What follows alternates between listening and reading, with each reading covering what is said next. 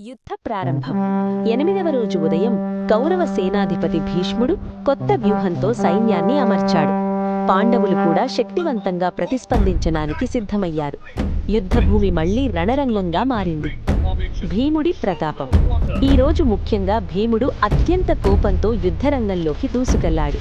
తన ప్రమాణాన్ని గుర్తుచేసుకుని కౌరవులపై భీకరంగా దాడి చేశాడు.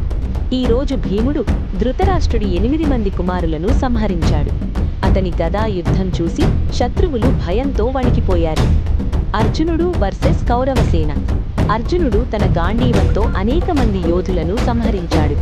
శ్రీకృష్ణుడి మార్గదర్శకత్వంలో అతను శత్రువులపై తీవ్రమైన దాడులు కొనసాగించాడు. అతని బాణాలు వర్షంలా కురిశాయి. ఇరావాన్ వీరమరణం. ఈరోజు ఒక ముఖ్య సంఘటన జరిగింది. అర్జునుడి కుమారుడు ఇరావాన్ యుద్ధంలో వీరమరణం పొందాడు.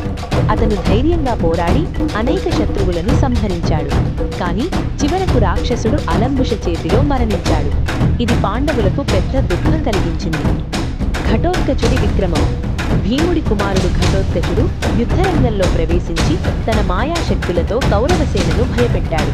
అతని దాడులతో కౌరవులు గందరగోళానికి గురయ్యారు. దుర్యోధనుడి ఆగ్రహం. తన సోదరులు మరణించడంతో దుర్యోధనుడు తీవ్ర కోపానికి గురయ్యాడు. భీష్ముడిపై కూడా అసంతృప్తి వ్యక్తం చేశాడు. మీరు పూర్తిగా యుద్ధం చేయడం లేదు అని విమర్శించాడు. భీష్ముడి ప్రతిజ్ఞ. దుర్యోధనుడి మాటలకు స్పందించిన భీష్ముడు మరుసటి రోజుల్లో పాండవులను పూర్తిగా ఓడించేందుకు తన శక్తి మొత్తాన్ని ఉపయోగిస్తానని ప్రతిజ్ఞ చేశాడు. ముగింపు. ఈ విధంగా కురుక్షేత్ర యుద్ధం 8వ రోజు రక్తపాతం, వీరత్వం మరియు దుఃఖంతో ముగిసింది. పాండవులకు విజయం వైపు అడుగులు పడుతున్నప్పటికీ వారు కోల్పోయిన ప్రాణాలు వారికి బాధ కలిగించాయి. ఇలాంటి మరిన్ని మహాభారత కథలు తెలుసుకోవాలంటే మా ఛానల్ను సబ్స్క్రైబ్ చేయండి. వీడియోకి లైక్ చేయండి. మీ అభిప్రాయాలను కామెంట్లో తెలియజేయండి.